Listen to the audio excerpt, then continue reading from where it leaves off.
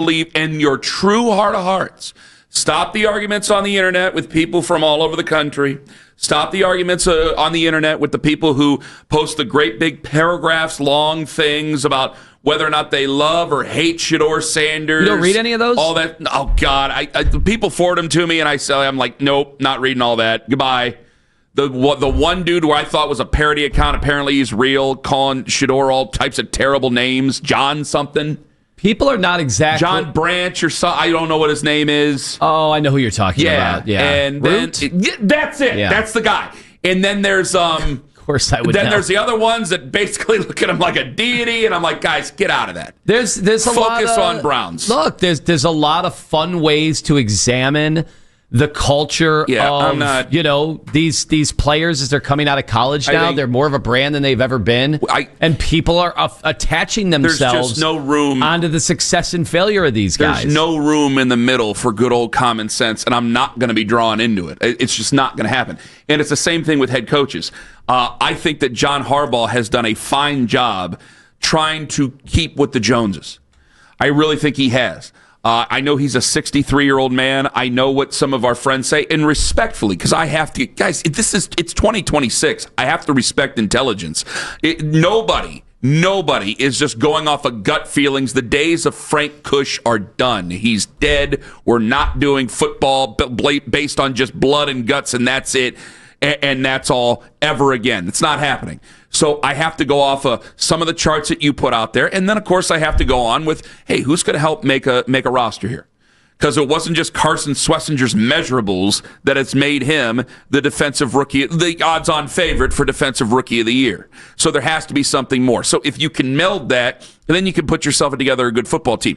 And the reason I say all that is because I think John Harbaugh has done a good job. I think that now there's going to be more pressure on Lamar Jackson. Now, I've been a pro Lamar Jackson guy, but I don't like the throwing under the bus that's gone on. And especially, I'll tell you this, especially the different messaging that's gone on here over the last 72 hours, over the last really 3-4 weeks of, he's losing the locker room. No, the players were crying. Okay, which one is it? Which one is it? Which one are you going to do?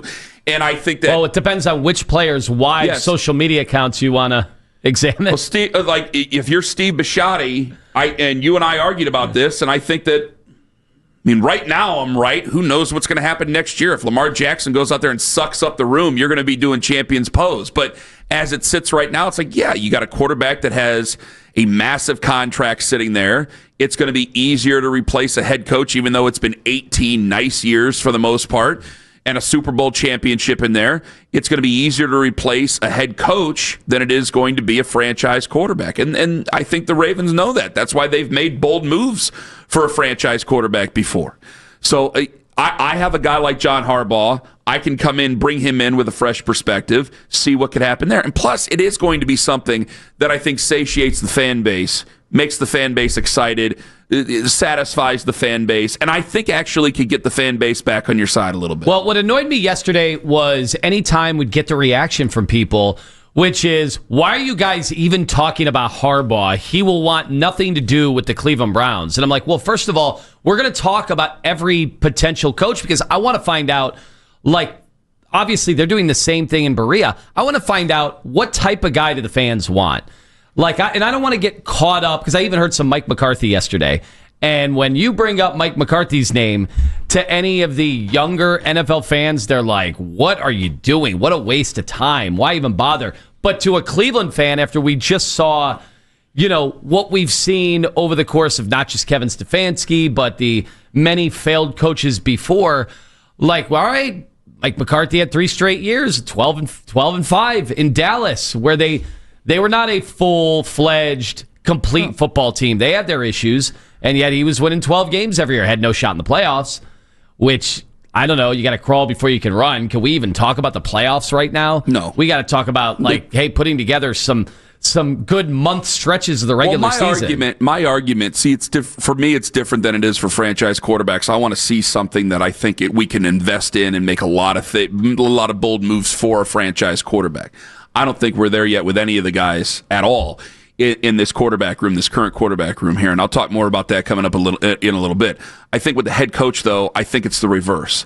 if we are in a position where it's a Sean McDermott type of situation, I would like to be in a Sean McDermott type of situation where, hey man, you lose to the Jaguars this week, you could be done. We could be tired of this.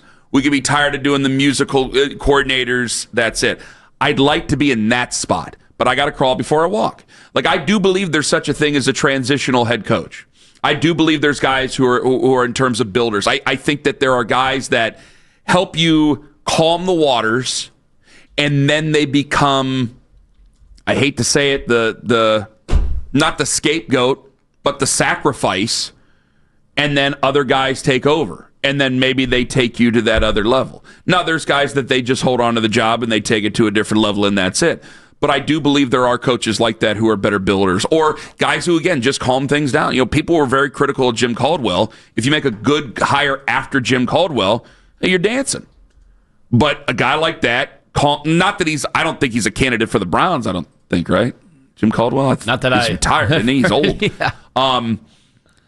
A guy like Jim Caldwell got criticized for being around 500. I go, no, he's a professional, good enough head coach to calm everybody down. You're not going to have stupidity.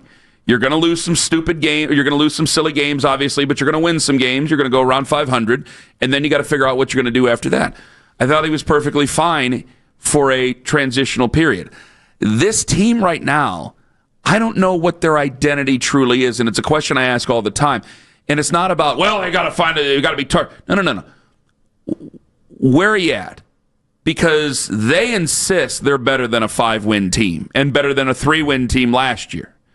That comes down to whether or not you believe it. Because I think so many times we get caught changing cultures, not just head coaches. We want to change cultures.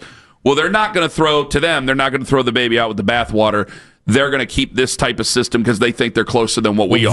That question keeps coming up, and I think it's a fair question because you got to understand, like, I think some people are delusional when, you know, they talk about what this team should have done last year. And while I totally understand, like, yeah, special teams should have been way better, but think about it. Your elite defense counterbalanced your ineptitude on offense. Mm-hmm. So that kind of feels like they belong where they belong. Like, yeah, there are other games they should have won, but should they have won the Green Bay game? No, absolutely not. No. So, like, you could do it that way. The Pittsburgh Steeler game, the Cincinnati game at the end of the year. I mean, the way that game was going, I mean, Cincinnati, the first few drives, just moved the ball right up and down the field. Like, if they just scored touchdowns on those first two drives, do we lose 35-0? Like, would we have given up? Just tried to get Myles Garrett a sack and get on Dodge? Probably. Like, that's the way that game was heading. Had there not been a tip ball by Shelby Harris, yeah, you know what? Right, so I think their win total is their win total. Like, I think when you have an elite defense and the worst quarterback play in the NFL, or some of the worst, like, that's probably what your record should be. I think you're right about that. They don't. They don't. And I think a guy like, I heard Mike Florio yesterday with Baskin and Phelps, and I happen to agree with his sentiment about going out and getting a coach that fans would really believe in.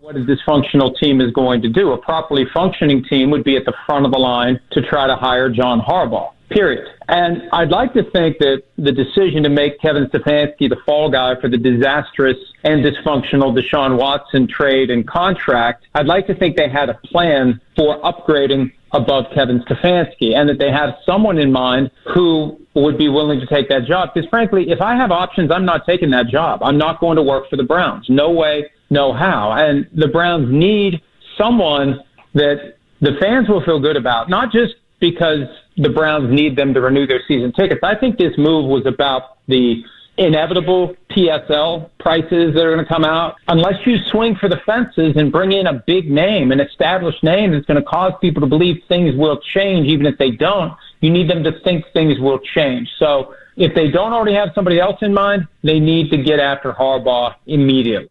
I flat out disagree with Florio on the second part of that. If they only cared about PSLs, which I'm sure are going to be a very steep price, if they only cared about PSLs, they would have fired Andrew Berry too.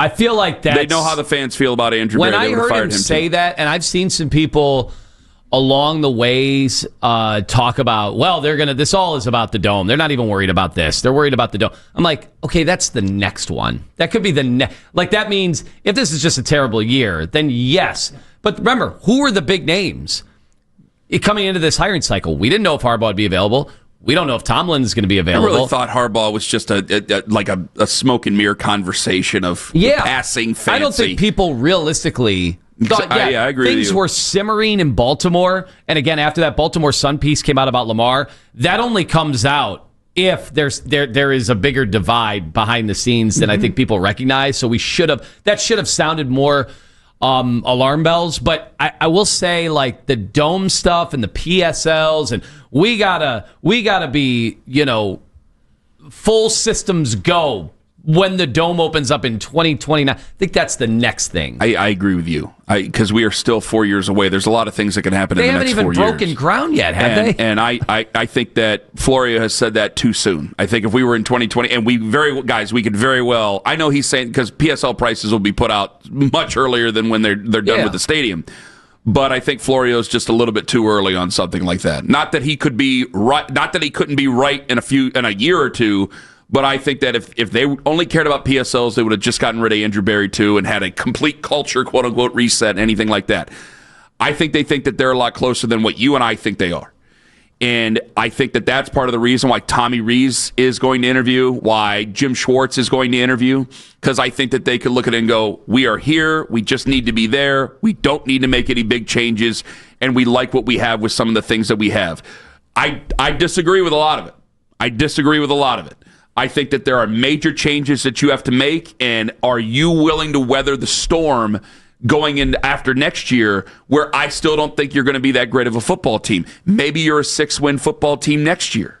And if you're only a 6-win football team next year, again, we could be in the same exact spot. So I don't think I trust you to be able to weather this, because you believe that we're going to be closer. Because then we still are. Miles will be 31. Denzel will be, like, we do all the arguments we've had this year. We are just going to have them again next year. Are you willing to keep going down that road?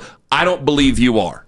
So in this cycle, I think, yes, I would like them to get a more well-known name. I think the well-known name that's really in play, is Jim Schwartz. Jim Schwartz, yeah. I think that the so well-known name, Tommy Rees, I told you guys this a couple of months ago. I thought he was auditioning for the job. You didn't disagree with me on that, because I thought in so many ways he was auditioning for the job.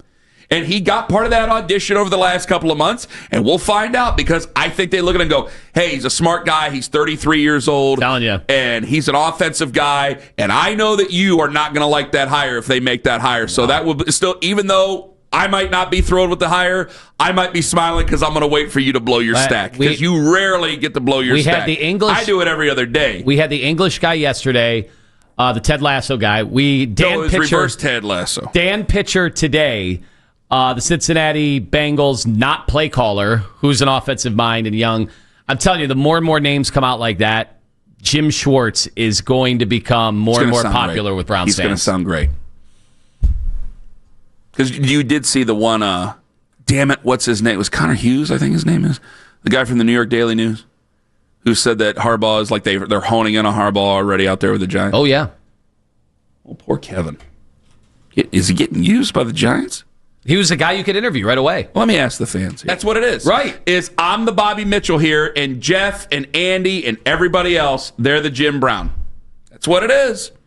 I'm the one who gets cussed out because he won't say it to anybody else. By the way, fine. Quickly, you mentioned... That's the cross I bear. You mentioned Shedeur Sanders. 3 were arrested yesterday. Remember when he was at the first game that he actually played in or whatever, and he immediately, his house gets robbed, which happened to Joe Burrow, happened to Travis Kelce. There's a slew of athletes. Yeah. And they got these guys, and I'm thinking, how could they have got these guys already? And I'm like, oh, these idiots tried to sell the stuff, didn't they? They tried to sell the stuff already. I didn't see that part if they tried to sell it. Well, how else would they have made a break in the case? I assume they tried to do it because I saw the video, and I'm like, I can't tell their faces. No. So that wasn't going to break the case open. And I'm like, these idiots Well, they were idiots for doing what they did to begin with. Oh, obviously. Now, they're not connected to the Chilean gangs that apparently were the ones that went after Joe Burrow and all these other athletes. But in this case, I'm like, these guys must have tried to just go and sell their stuff. And that's the only way I could see that Medina County and law enforcement and prosecutors could figure this out. And I'm like, don't they know? You got to stagger. You got to stay as a former petty thief in high school. You can't just go on the open market immediately. You've got to stagger these things out at least a year. You can't rob, then immediately go online and try to sell stuff or go to the pawn shops. Come on. Someone who's raised in a family of thieves. I mean, I think that, well, what did you guys used to do with the catalytic converters? We don't talk about the collection of catalytic converters. How long would you have to sit on catalytic converters in that garage back? And then, you know what? We don't need to get the copper pipes. Okay. What you're giving me is basically the whole basis of the Lufthansa heist in Goodfellas is where he was mad because everybody was spending the money. You're right. Sit on it. But okay, you knew a lot of shady characters from back in your day. How many of them were good with money? None. So what do they do? Right. I'm sure they go, oh my gosh, we have this jewelry. We have these expensive things that Shador owns. We're not going to spend them. We're not going to go sell them because we're going to get caught. We're going to wait a little while, and then we're going to go. And then they don't do it because they're not good with money. Oh, that's right. We do this because we need the money. Yes. You're not good with money, so that's why you do it. We got to go get the fur coat. Yes. And now we're going to be in the, well, I guess it's better. Is it better that these guys were caught? By the way, can I just say that? And I know some of this stuff happened in real life, or so let me just go to the movie. Locker. What's better? Let me just go to the movie part of this. Oh, I put it in my mom's name. Oh, wait, I'm sorry. They haven't been investigating you because you have mob ties, and all of a sudden you show up with a pink Cadillac. Get them out of here. Get them out of here. Under the bridge, you and your wife, goodbye. Mink coats? Yeah, you think the feds ain't watching around with mink coats? Get them out of here. Goodbye. Bye. Yeah, it probably would have done in Karen, too. Yeah, the suits are right back there. Go get them. Stupid. Next thing you know, Stupid. You got choppers overhead. You got to make the sauce. Yeah, that's what happens. Jimmy's the only one who had brains. Then eventually he was taking the brains out of other people's heads. All right, moving on. 216-474-0092. Do you need a big name to get you back on board with the Browns? I think there are a lot of people who they are exhausted by this season. They are exhausted by the arguments around the quarterbacks. So Dan Pitcher is not going to do it for you think a lot of Browns fans? I don't think Dan Pitcher's going to do it for a lot of folks. The English guy, what was his name again? Adin? Dirty. Adin Dirty. Okay, I think what happens is these guys, these Dan Pitchers of the world, they might end up being. Look at where John Harbaugh came from. John Harbaugh, if you look at his background, aside from being a Harbaugh, which I'm sure helped open up some people's minds, some ownership's minds, I'm sure that helped. But the guy was a special teams coordinator. He didn't have an endless resume of. He was in college too. He was working with college teams. Mm-hmm. So John Harbaugh, if we looked at today's present day John Harbaugh, we would have done what? Would have laughed at it. No, you know what? I don't know if I would have done that. You don't think so? Because one, you're in an organization where I don't think the Ravens have won a Super Bowl, so this is a bit revisionist, obviously. Brian Billick, I thought, was a good coach. He's a damn good guest. I know that. Brian Billick was a pretty good coach and won a Super Bowl, for crying out loud. I think that they were seen as a pretty good organization. I hate to say it. I hate to admit it at that time. And then you have a guy like John Harbaugh in there. You know, Jack Harbaugh was an accomplished football coach in football circles. And then there's people knew. And then there's Jim Harbaugh and John Harbaugh is. I'm sure there's a lot of similarities that John has with Jim, but he's not nearly the type of character that Jim Harbaugh. Well, he seems to be the type of like the good brother who isn't crazy. Yeah. Is that the Kubiaks this time around? Are we going to be watching a Super Bowl in 5 years where both Kubiaks are coaching Possibly against each other? It is. And I think that they're considering a lot of things. One, I think they do want to get the temperature of the fans. And I think that they believe, and I wouldn't blame them for thinking this because I would think this. I think the happiest medium out of everybody would be if Jim Schwartz were to become the head coach of the Browns. One, he coaches, I think he speaks to the fan base like a college coach does. I think that he's a motivator of the fans. Two, we get excited all week about his press conferences. And I thought he did that when he was with the Detroit Lions. And I know that things did not end well with the Detroit Lions. I get that. They went to the playoffs. I thought that he had a modicum of success. but I think he speaks well and communicates well to the fans. I think that obviously his defense likes him. I think that they have a good offensive system, but would Jim want to change everybody on the offensive side? The other part of it is if you want to continue what you have successfully with the defense, I think that would mean that Jason Tarver would stay and a couple of people in the defense would stay as far as coaching is concerned, and I think that would probably be a very good thing for everybody involved here. So of the realistic names, like John Harbaugh is going to have the pick of the litter, and I heard Pat Kerwin say this yesterday, credit where it's due. I thought it was a great point, is yes, he thinks that he will talk to everybody, that John Harbaugh will talk to the Browns, but the difference is that John Harbaugh is going to be interviewing the owners. Yeah. Not the other way around. Yes. Like Tommy Rees goes in there, and it's going to be, but John Harbaugh, he's 63. He has no time to waste. And he has the cachet to go in there and say, no, I'm not going to be a part of this situation. I've done enough in this business. I've made enough in this business. My legend is pretty safe, to be honest with you. It wasn't like he had a 3-13, 3-14 season and the ass fell out of things. It came to an end. He doesn't need to do that. So John Harbaugh is a pie-in-the-sky idea that, I would like to go after. Certainly, I want to go after. I want to go after John Harbaugh, and I would love to bring him in. I'd do a lot of things to bring John Harbaugh in. But I'd be pretty excited if it were Jim Schwartz. I don't know how excited I would be with a lot of the other ones. And I think for a lot of fans out there, if you were to get Dan Pitcher, if you were to have Tommy Rees, let's call it what it is, I think a lot of people would just say, yeah, you went and you got the generic serial version of Kevin Stefanski. As I think that's what a lot of fans would say. 216-474-0092. So if you had Jim, I do think that's a chance to, one, keep your vision the way you want it offensively, whatever that is, and certainly defensively. And two, I think it is a way to excite the fan base.